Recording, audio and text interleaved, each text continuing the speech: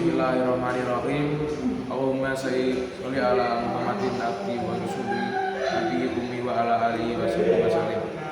Assalamualaikum warahmatullahi wabarakatuh. Marilah kita selalu berusaha menambah takwa kepada Allah dengan menaati semua perintahnya dan menjauhi semua larangannya. Sungguh berbahagialah orang-orang yang selalu taat kepada Allah dan takwa kepadanya.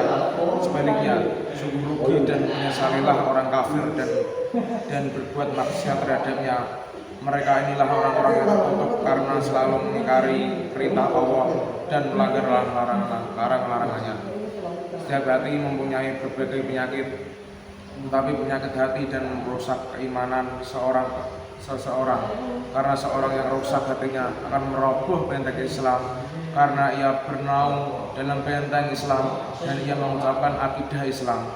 Adapun penyakit hati semacam itu tidak lain adalah penyakit ujub atau sombong, yaitu seorang yang sangat bergembira dengan karunia Allah, sehingga ia melupakan bahwa yang memberi karunia itu adalah Allah.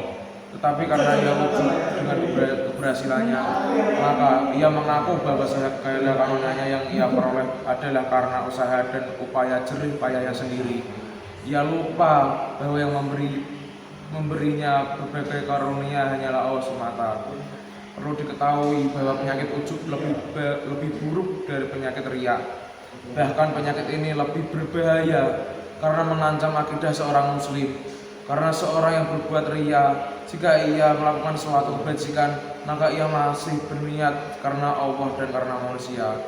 Tapi seorang yang merasa ujub, maka ia melupakan Allah dan melupakan orang lain, sehingga merasa bahwa keberhasilan atau karunia yang ia peroleh hanyalah karena usaha dan upayanya sendiri, sehingga penyakit itu akan merusak diri seorang dan agamanya, dan ia tidak merasakan.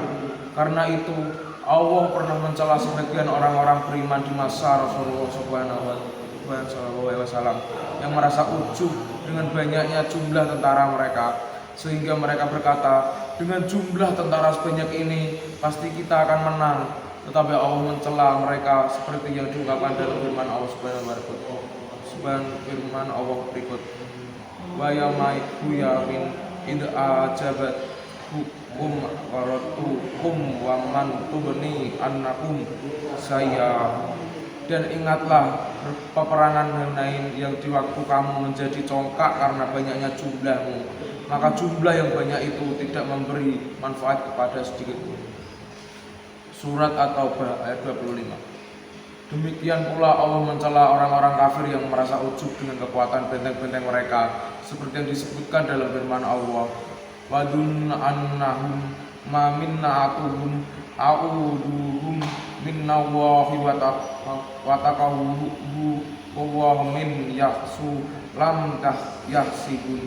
Dan mereka pun yakin bahwa benteng-benteng mereka dapat mempertahankan mereka dari siksa Allah, maka Allah mendatangkan kepada mereka hukuman dari arah yang tidak mereka sangka-sangka. Habis surat Al-Khair.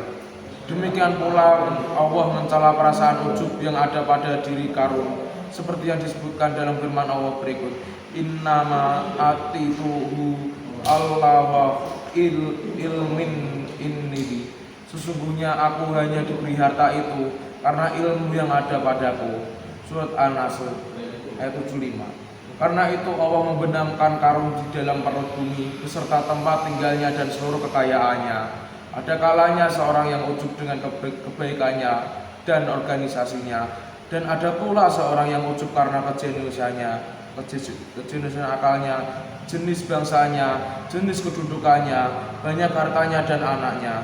Dan ada pula yang ujub dengan amal ibadahnya, sehingga tidak sebuah hati pun kecil kecuali ia mempunyai perasaan ujub, baik sedikit maupun banyak, tetapi semuanya menimbulkan dampak negatif. Jemaah Jumat yang dimuliakan Allah, perlu diketahui bahwa perasaan ujub menjadi penghalang utama antara seorang hamba dengan Tuhannya. Dari seorang dengan akalnya, seorang yang ujub biasanya senantiasa mengikuti keinginannya hatinya. Seorang yang ujub mempunyai ciri-ciri khusus, di antara ia melupakan kekurangan dirinya sehingga ia tidak mau memperbaikannya.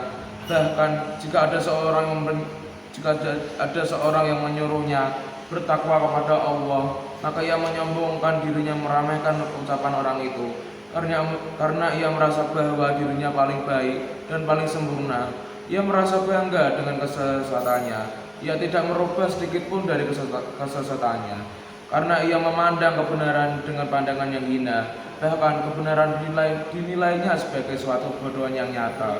Rasulullah SAW telah mengingatkan umat dari orang-orang yang selalu merasa ujub, seperti yang disebutkan dalam suatu riwayat Tirmidzi dan Abu Dawud, bahwa Rasulullah SAW pernah bersabda kepada Abu Tashlabah, "Idza arrata tawa wa ta'a wa suha wa Allah wa ijaba kul lidraqibi raqibi wa malaika fasqo."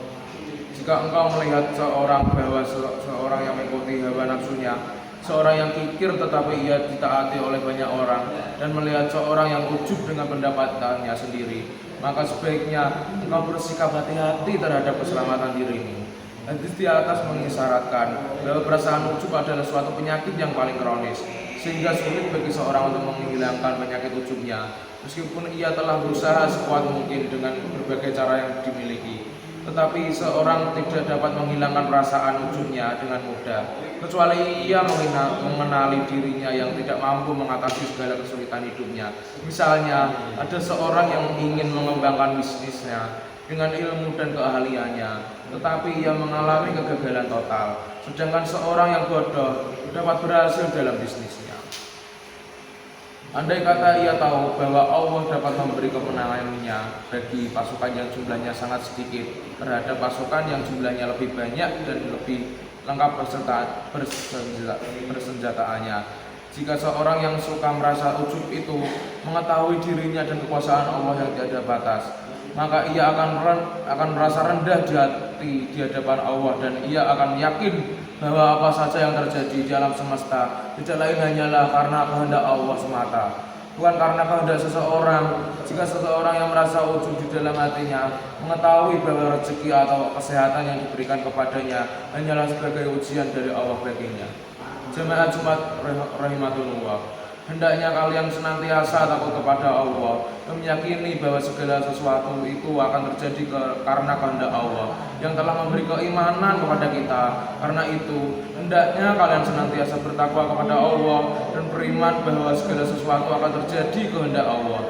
Itulah yang dapat kami sampaikan dalam kesempatan ini. Sebagai kata penutup, semoga Allah mengampuni diri kita dan seluruh umat Islam. Assalamualaikum warahmatullahi wabarakatuh.